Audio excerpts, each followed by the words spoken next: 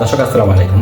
আজকে একটু কথা বলবো বাংলাদেশের সেনাবাহিনীর যে পেশাদারিত্ব ও শৃঙ্খলায় যে অনন্য, আমাদের গর্বের বাংলাদেশ সেনাবাহিনী, এ বিষয়ে আজকে একটু কথা বলবো। সেনাবাহিনীর যে ভূমিকা ছিল এবারের নির্বাচনে এবং আইন শৃঙ্খলা রক্ষায়, এই বিষয়টি আজকের ভিডিওতে আপনাদের বিশ্লেষণ করে দেখাবো। চলুন শেষ পর্যন্ত ভিডিওটি দেখুন। একটি রাষ্ট্রের নিরাপত্তা, সার্বভৌমত্ব ও স্থিতিশীলতা, এই তিন স্তম্ভ রক্ষায় সবচেয়ে গুরুত্বপূর্ণ শক্তি কোনটি? রাজনীতি নয়, প্রশাসন নয়, বরং একটি শৃঙ্খলাবদ্ধ, পেশাদার এবং দেশপ্রেমে উদ্বুদ্ধ বাহিনী। বাংলাদেশের প্রেক্ষাপটে সেই বাহিনী হলো বাংলাদেশ সেনাবাহিনী। স্বাধীনতার পর থেকে দেশের প্রতিটি গুরুত্বপূর্ণ অধ্যায়ে সেনাবাহিনী কিন্তু গুরুত্বপূর্ণ ভূমিকা রেখেছে। শুধু যুদ্ধক্ষেত্রে নয়, দুর্যোগ, অবকাঠামো উন্নয়ন, নির্বাচনকালীন সহায়তা, সব ক্ষেত্রেই তারা দায়িত্বশীলতার পরিচয় দিয়েছে। আজকের ভিডিওতে আমরা বিশ্লেষণ করব পেশাদারিত্ব, শৃঙ্খলা, আন্তর্জাতিক অবদান, আধুনিকায়ন ও ভবিষ্যৎ চ্যালেঞ্জ বাংলাদেশ সেনাবাহিনীর। একটি সামরিক বাহিনীর মূল শক্তি হল পেশাদারিত্ব। বাংলাদেশ সেনাবাহিনী নিয়মিত দেশি বিদেশি প্রশিক্ষণ, যৌথ মহড়া, আধুনিক প্রযুক্তি ব্যবহার, কৌশলগত পরিকল্পনা এর মাধ্যমে নিজেদের সক্ষমতা বৃদ্ধি করছে। ফলে যে কোনো জরুরি পরিস্থিতিতে দ্রুত সিদ্ধান্ত গ্রহণ সম্ভব হচ্ছে। এটাই তাদের শক্তি। শুধু সামরিক নয়, দুর্যোগ ব্যবস্থাপনাতেও সেনাবাহিনীর ভূমিকা প্রশংসনীয়। বন্যা, ঘূর্ণিঝড়, ভূমিধস, মহামারী, উদ্ধার তৎপরতা, চিকিৎসা সহায়তা, ত্রাণ বিতরণ, অবকাঠামো পুনর্গঠন, এই মানবিক ভূমিকা জনগণের আস্থা আরও দৃঢ় করেছে। আন্তর্জাতিক পর্যায়েও সেনাবাহিনী সুনাম অর্জন করেছে। জাতিসংঘের শান্তিরক্ষা মিশনে বাংলাদেশ দীর্ঘদিন ধরেই শীর্ষ অবদানকারী দেশগুলোর একটি। আফ্রিকা ও মধ্যপ্রাচ্যের সংঘাতপূর্ণ অঞ্চলে দায়িত্ব পালন করে বাংলাদেশি শান্তিরক্ষীরা।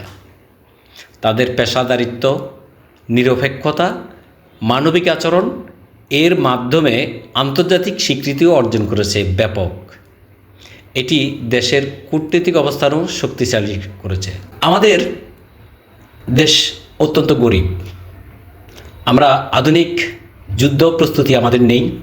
তবুও আধুনিক যুদ্ধ এখন প্রযুক্তি নির্ভর। সাইবার সক্ষমতা, ডিজিটাল কৌশল, উন্নত সরঞ্জাম, প্রযুক্তিগত অবকাঠামো, এইসব ক্ষেত্রে সেনাবাহিনী আধুনিকায়নের পথে এগিয়ে যাচ্ছে। কিন্তু তবে প্রযুক্তির চেয়েও গুরুত্বপূর্ণ দক্ষ মানব সম্পদ। এখানেই বাংলাদেশ সেনাবাহিনীর বড় শক্তি। গুরুত্বপূর্ণ বিষয় হলো সেনাবাহিনীর সহায়তা সবসময় সাংবিধানিক কাঠামোর মধ্যে এবং বেসামরিক প্রশাসনের সহযোগী হিসেবে পরিচালিত হয়। এটি একটি গণতান্ত্রিক রাষ্ট্রের জন্য অত্যন্ত গুরুত্বপূর্ণ ভারসাম্য। তবে পেশাদারিত্ব ধরে রাখতে হলে প্রয়োজন ধারাবাহিক সংস্কার, উন্নত প্রশিক্ষণ, জবাবদিহিতা, মানবাধিকারের প্রতি শ্রদ্ধা। এগুলো আধুনিক বিশ্বে একটি সামরিক বাহিনীর সাফল্য নির্ভর করে নেতৃত্ব, প্রযুক্তি ও নৈতিক মানদণ্ডের উপর। আমাদের গর্বের সেনাবাহিনীর মধ্যে সেই বিষয়গুলো দণ্ডায়মান আছে। সব মিলিয়ে বলা যায় পেশাদারিত্ব ও শৃঙ্খলায় বাংলাদেশ সেনাবাহিনী এক অনন্য উচ্চতায় আরোহণ করে আছে। রাষ্ট্রের নিরাপত্তা, স্থিতিশীলতার একটি নির্ভরযোগ্য স্তম্ভ। এবারের নির্বাচনে বাংলাদেশ সেনাবাহিনী যে ভূমিকা পালন করেছে এবং জুলাই পরবর্তী সময়ে বাংলাদেশ সেনাবাহিনী সারা দেশে প্রতিটি গ্রামে গঞ্জে সেনাবাহিনীর যে উপস্থিতি, তাদের উপস্থিতিতে জনগণের মধ্যে যে আত্মতৃপ্তি, আইন শৃঙ্খলা রক্ষায় যে কোনো সমস্যা মোকাবেলায় দৌড়ে গিয়ে সেনাবাহিনীর নিকট জনসাধারণ উপস্থিত হতো। তাৎক্ষণিকভাবে সেনাবাহিনী কিন্তু সেই সমস্যার সমাধান করে দিতেন। আমরা নিজেরাও দেখেছি রাস্তাঘাটে চলাফেরায় সেনাবাহিনীর যে উৎফুল্লতা, তাদের যে আচরণিক দিক, কেউ বলতে পারবে না যে এবার সেনাবাহিনী কোনো একটা লোকের গায়ে অযথা আঁচড় দিয়েছে। তাই সারা বিশ্বে কিন্তু আমাদের এই সেনাবাহিনীর যে দক্ষতা, তাদের যে মানবাধিকারের প্রতি যে শ্রদ্ধা, এবং দেখুন জুলাই কিন্তু সংগঠিত হতো না যদি আমাদের সেনাবাহিনী আমাদের সাথে না থাকতো। আমাদের সেই গর্বের সেনাবাহিনী, তাদের দেশ প্রেম গভীর, যেটা আমাদের রাজনীতিবিদদের মধ্যে নেই। কিন্তু আমাদের সকলেরই জানা উচিত এই গর্বের সেনাবাহিনী কখনো রাজনীতিবিদদের এই দেশ প্রেমের ঘাটতিতে কখনো আশ্রয়ে পড়ে না। বাংলাদেশ সেনাবাহিনী যখন দেখে দেশের রাজনীতিবিদরা দেশের প্রেম, দেশপ্রেম হারিয়ে ফেলেছে, তখনই তারা আবির্ভূত হয় আমাদেরকে রক্ষা করার জন্য। এভাবেই বাংলাদেশ স্বাধীনের পর থেকে কয়েকবার হয়ে আসছে। ভবিষ্যতের কথা জানি না, তবে আমাদের সেনাবাহিনীকে আমরা গর্বের সাথে তুলনা করতে পারি, আমরা ধারণ করতে পারি। আমরা আমাদের পেশাদারিত্ব শৃঙ্খলায় বাংলাদেশ সেনাবাহিনী যে অনন্য পর্যায়ে চলে গেছে, সেটা এবারের এই 1 থেকে 1.5 বছর, অর্থাৎ জুলাই পরবর্তী সময় থেকে এখন পর্যন্ত আমরা সেটা বিশ্লেষণ করে দেখতে পাই।